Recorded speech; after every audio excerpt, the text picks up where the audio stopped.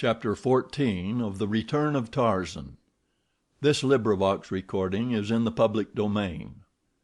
The Return of Tarzan by Edgar Rice Burroughs. Chapter 14. Back to the Primitive. As Tarzan struck the water, his first impulse was to swim clear of the ship and possible danger from her propellers. He knew whom to thank for his present predicament, and as he lay in the sea, just supporting himself by a gentle movement of his hands, his chief emotion was one of chagrin that he had been so easily bested by Rokoff. He lay thus for some time, watching the receding and rapidly diminishing lights of the steamer without it ever once occurring to him to call for help. He never had called for help in his life, and so it is not strange that he did not think of it now. Always had he depended upon his own prowess and resourcefulness, nor had there ever been since the days of Kala any to answer an appeal for succor. When it did occur to him, it was too late. There was, thought Tarzan, a possible 1 chance in 100,000 that he might be picked up, and an even smaller chance that he would reach land. So he determined that to combine what slight chances there were, he would swim slowly in the direction of the coast. The ship might have been closer in than he had known. His strokes were long and easy. It would be many hours before those giant muscles would commence to feel fatigue. As he swam, guided toward the east by the stars, he noticed that he felt the weight of his shoes, and so he removed them. His trousers went next, and he would have removed his coat at the same time but for the precious papers in its pocket. To assure himself that he still had them, he slipped his hand in to feel, but to his consternation they were gone. Now he knew that something more than revenge had prompted Rokoff to pitch him overboard. The Russian had managed to obtain possession of the papers Tarzan had wrested from him at Bou Saada. The ape-man swore softly and let his coat and shirt sink into the Atlantic. Before many hours he had divested himself of his remaining garments and was swimming easily and unencumbered toward the east.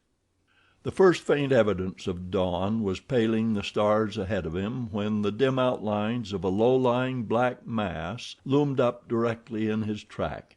A few strong strokes brought him to its side. It was the bottom of a wave-washed derelict.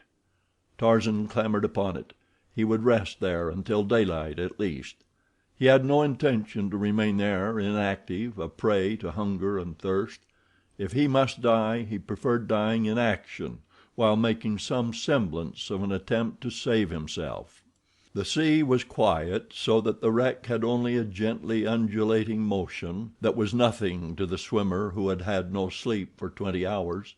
Tarzan of the Apes curled up upon the slimy timbers and was soon asleep. The heat of the sun awoke him early in the forenoon. His first conscious sensation was of thirst, which grew almost to the proportions of suffering with full returning consciousness, but a moment later it was forgotten in the joy of two almost simultaneous discoveries. The first was a mass of wreckage floating beside the derelict, in the midst of which, bottom up, rose and fell an overturned lifeboat. The other was the faint, dim line of a far distant shore showing on the horizon in the east. Tarzan dove into the water and swam around the wreck to the lifeboat. The cool ocean refreshed him almost as much as would a draught of water, so that it was with renewed vigor that he brought the smaller boat alongside the derelict, and after many herculean efforts succeeded in dragging it onto the slimy ship's bottom. There he righted and examined it. The boat was quite sound, and a moment later floated upright alongside the wreck. Then Tarzan selected several pieces of wreckage that might answer him as paddles, and presently was making good headway toward the far-off shore. It was late in the afternoon by the time he came close enough to distinguish objects on land, or to make out the contour of the shoreline. Before him lay what appeared to be the entrance to a little landlocked harbor. The wooded point to the north was strangely familiar. Could it be possible that fate had thrown him up at the very threshold of his own beloved jungle? But as the bow of his boat entered the mouth of the harbor the last shred of doubt was cleared away, For there before him upon the farther shore, under the shadows of his primeval forest, stood his own cabin, built before his birth by the hand of his long dead father, John Clayton, Lord Greystoke. With long sweeps of his giant muscles Tarzan sent the little craft speeding toward the beach. Its prow had scarcely touched when the ape man leaped to shore. His heart beat fast in joy and exultation as each long familiar object came beneath his roving eyes—the cabin, the beach, the little brook, the dense jungle, the black, impenetrable forest, the myriad birds in their brilliant plumage, the gorgeous tropical blooms upon the festooned creepers falling in great loops from the giant trees. Tarzan of the Apes had come into his own again, and that all the world might know it he threw back his young head and gave voice to the fierce, wild challenge of his tribe. For a moment silence reigned upon the jungle, and then, low and weird, came an answering challenge. It was the deep roar of Numa, the lion, and from a great distance, faintly, the fearsome answering bellow of a bull ape. Tarzan went to the brook first and slaked his thirst. Then he approached his cabin. The door was still closed and latched as he and D'Arnot had left it. He raised the latch and entered. Nothing had been disturbed. There were the table, the bed, and the little crib built by his father.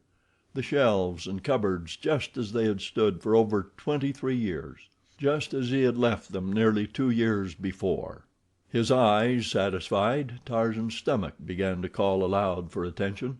The pangs of hunger suggested a search for food. There was nothing in the cabin, nor had he any weapons, but upon a wall hung one of his old grass ropes.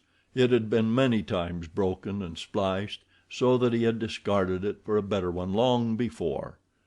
Tarzan wished that he had a knife. Well, unless he was mistaken, he should have that, and a spear and bows and arrows before another sun had set. The rope would take care of that, and in the meantime it must be made to procure food for him. He coiled it carefully, and throwing it about his shoulder went out, closing the door behind him. Close to the cabin the jungle commenced, and into it Tarzan of the Apes plunged, wary and noiseless, once more a savage beast hunting its food. For a time he kept to the ground, but finally, discovering no spoor indicative of nearby meat, he took to the trees. With the first dizzy swing from tree to tree, all the old joy of living swept over him. Vain regrets and dull heartache were forgotten. Now was he living. Now indeed was the true happiness of perfect freedom his. Who would go back to the stifling, wicked cities of civilized man when the mighty reaches of the great jungle offered peace and liberty? Not he. While it was yet light, Tarzan came to a drinking place by the side of a jungle river. There was a ford there, and for countless ages the beasts of the forest had come down to drink at this spot. Here of a night might always be found either Sabor or Numa, crouching in the dense foliage of the surrounding jungle, awaiting an antelope or a water buck for their meal. Here came Horta the boar to water, and here came Tarzan of the Apes to make a kill, for he was very empty. On a low branch he squatted above the trail. For an hour he waited. It was growing dark. A little to one side of the ford, in the densest thicket, he heard the faint sound of padded feet and the brushing of a huge body against tall grasses and tangled creepers. None other than Tarzan might have heard it, but the ape man heard and translated. It was Numa the lion on the same errand as himself. Tarzan smiled. Presently he heard an animal approaching warily along the trail toward the drinking place. A moment more and it came in view. It was Horta the boar. Here was delicious meat, and Tarzan's mouth watered. The grasses where Numa lay were very still now, ominously still. Horta passed beneath Tarzan. A few more steps and he would be within the radius of Numa's spring. Tarzan could imagine how old Numa's eyes were shining, how he was already sucking in his breath for the awful roar which would freeze his prey for the brief instant between the moment of the spring and the sinking of terrible fangs into splintering bones. But as Numa gathered himself, a slender rope flew through the air from the low branches of a nearby tree. A noose settled about Horta's neck. There was a frightened grunt, a squeal, and then Numa saw his quarry dragged backward up the trail, and as he sprang, Horta, the boar, soared upward beyond his clutches into the tree above, and a mocking face looked down and laughed into his own. Then indeed did Numa roar. Angry, threatening, hungry, he paced back and forth beneath the taunting ape man. Now he stopped, and rising on his hind legs against the stem of the tree that held his enemy, sharpened his huge claws upon the bark, tearing out great pieces that laid bare the white wood beneath. And in the meantime Tarzan had dragged the struggling Horta to the limb beside him. Sinewy fingers completed the work the choking noose had commenced. The ape man had no knife, but nature had equipped him with the means of tearing his food from the quivering flank of his prey, and gleaming teeth sank into the succulent flesh, while the raging lion looked on from below as another enjoyed the dinner that he had thought already his. It was quite dark by the time Tarzan had gorged himself. Ah, but it had been delicious. Never had he quite accustomed himself to the ruined flesh that civilized men had served him, and in the bottom of his savage heart there had constantly been the craving for the warm meat of the fresh kill and the rich red blood. He wiped his bloody hands upon a bunch of leaves, slung the remains of his kill across his shoulder, and swung off through the middle terrace of the forest toward his cabin. And at the same instant Jane Porter and William Cecil Clayton arose from a sumptuous dinner upon the Lady Alice, thousands of miles to the east in the Indian Ocean. Beneath Tarzan walked Numa the lion, and when the ape man deigned to glance downward he caught occasional glimpses of the baleful green eyes following through the darkness. Numa did not roar now. Instead he moved stealthily like the shadow of a great cat. But yet he took no step that did not reach the sensitive ears of the ape man. Tarzan wondered if he would stalk him to his cabin door. He hoped not, for that would mean a night's sleep curled in the crotch of a tree, and he much preferred the bed of grasses within his own abode. But he knew just the tree, and the most comfortable crotch if necessity demanded that he sleep out.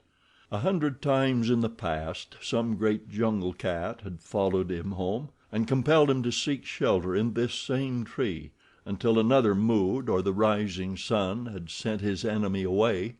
But presently Numa gave up the chase, and with a series of blood-curdling moans and roars, turned angrily back in search of another and an easier dinner. So Tarzan came to his cabin unattended, and a few moments later was curled up in the mildewed remnants of what once had been a bed of grasses. Thus easily did Monsieur Jean C. Tarzan slough the thin skin of his artificial civilization and sink happy and contented into the deep sleep of the wild beast that has fed to repletion. Yet a woman's yes would have bound him to that other life forever and made the thought of this savage existence repulsive. Tarzan slept late into the following forenoon, for he had been very tired from the labors and exertion of the long night and day upon the ocean, and the jungle jaunt that had brought into play muscles that he had scarce used for nearly 2 years. When he awoke he ran to the brook first to drink. Then he took a plunge into the sea, swimming about for a quarter of an hour. Afterward he returned to his cabin and breakfasted off the flesh of Horta. This done, he buried the balance of the carcass in the soft earth outside the cabin for his evening meal. Once more he took his rope and vanished into the jungle. This time he hunted nobler quarry, man. Although, had you asked him his own opinion, he could have named a dozen other denizens of the jungle which he considered far the superiors in nobility of the men he hunted. Today Tarzan was in quest of weapons. He wondered if the women and children had remained in Mbonga's village after the punitive expedition from the French cruiser had massacred all the warriors in revenge for D'Arnot's supposed death. He hoped that he should find warriors there, for he knew not how long a quest he should have to make were the village deserted. The ape man traveled swiftly through the forest. and about noon came to the site of the village, but to his disappointment found that the jungle had overgrown the plantain fields and that the thatched huts had fallen in decay. There was no sign of man. He clambered about among the ruins for half an hour, hoping that he might discover some forgotten weapon, but his search was without fruit, and so he took up his quest once more, following up the stream which flowed from a southeasterly direction. He knew that near fresh water he would be most likely to find another settlement. As he traveled he hunted as he had hunted with his ape people in the past, as Kala had taught him to hunt, turning over rotted logs to find some toothsome vermin, running high into the trees to rob a bird's nest, or pouncing upon a tiny rodent with the quickness of a cat. There were other things that he ate too, but the less detailed the account of an ape's diet the better. And Tarzan was again an ape, the same fierce, brutal anthropoid that Kala had taught him to be, and that he had been for the first 20 years of his life. Occasionally he smiled as he recalled some friend who might even at the moment be sitting placid and immaculate within the precincts of his select Parisian club, just as Tarzan had sat but a few months before. And then he would stop as though turned suddenly to stone as the gentle breeze carried to his trained nostrils the scent of some new prey or a formidable enemy. That night he slept far inland from his cabin, securely wedged into the crotch of a giant tree, swaying 100 feet above the ground. He had eaten heartily again, this time from the flesh of Bara, the deer, who had fallen prey to his quick noose. Early the next morning he resumed his journey, always following the course of the stream. For 3 days he continued his quest until he had come to a part of the jungle in which he never before had been. Occasionally upon the higher ground the forest was much thinner, and in the far distance through the trees he could see ranges of mighty mountains, with wide plains in the foreground. Here in the open spaces were new game, countless antelope and vast herds of zebra. Tarzan was entranced. He would make a long visit to this new world. On the morning of the 4th day his nostrils were suddenly surprised by a faint new scent. It was the scent of man, but yet a long way off. The ape man thrilled with pleasure. Every sense was on the alert as with crafty stealth he moved quickly through the trees upwind in the direction of his prey. Presently he came upon it, a lone warrior treading softly through the jungle. Tarzan followed close above his quarry, waiting for a clearer space in which to hurl his rope. As he stalked the unconscious man, new thoughts presented themselves to the ape man, thoughts born of the refining influences of civilization and of its cruelties. It came to him that seldom, if ever, did civilized man kill a fellow being without some pretext, however slight. It was true that Tarzan wished this man's weapons and ornaments, but was it necessary to take his life to obtain them? The longer he thought about it, the more repugnant became the thought of taking human life needlessly. And thus it happened that while he was trying to decide just what to do, they had come to a little clearing, at the far side of which lay a palisaded village of beehive huts. As the warrior emerged from the forest, Tarzan caught a fleeting glimpse of a tawny hide worming its way through the matted jungle grasses in his wake. It was Numa, the lion. He too was stalking the black man. With the instant that Tarzan realized the native's danger his attitude toward his erstwhile prey altered completely. Now he was a fellow man threatened by a common enemy. Numa was about to charge. There was little time in which to compare various methods or weigh the probable results of any. And then a number of things happened almost simultaneously. The lion sprang from his ambush toward the retreating black. Tarzan cried out in warning, and the black turned just in time to see Numa halted in mid-flight by a slender strand of grass rope, the noose end of which had fallen cleanly about his neck. The ape man had acted so quickly that he had been unable to prepare himself to withstand the strain and shock of Numa's great weight upon the rope, and so it was that though the rope stopped the beast before his mighty talons could fasten themselves in the flesh of the black, The strain overbalanced Tarzan, who came tumbling to the ground not 6 paces from the infuriated animal. Like lightning Numa turned upon the new enemy, and defenseless as he was, Tarzan of the Apes was nearer to death that instant than he ever before had been. It was the black who saved him. The warrior realized in an instant that he owed his life to this strange white man, and he also saw that only a miracle could save his preserver from those fierce yellow fangs that had been so near to his own flesh. With the quickness of thought his spear arm flew back and then shot forward with all the force of the sinewy muscles that rolled beneath the shimmering ebon hide. True to its mark the iron shod weapon flew, transfixing Numa's sleek carcass from the right groin to beneath the left shoulder. With a hideous scream of rage and pain the brute turned again upon the black. A dozen paces he had gone when Tarzan's rope brought him to a stand once more. Then he wheeled again upon the ape man, only to feel the painful prick of a barbed arrow as it sank half its length in his quivering flesh.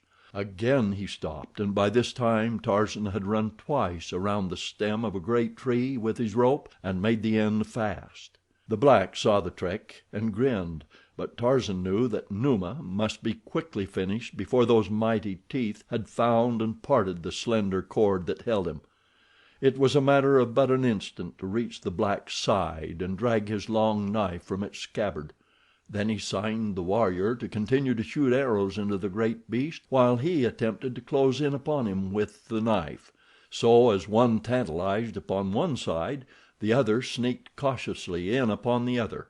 Numa was furious. He raised his voice in a perfect frenzy of shrieks, growls, and hideous moans, the while he reared upon his hind legs in futile attempt to reach first one and then the other of his tormentors.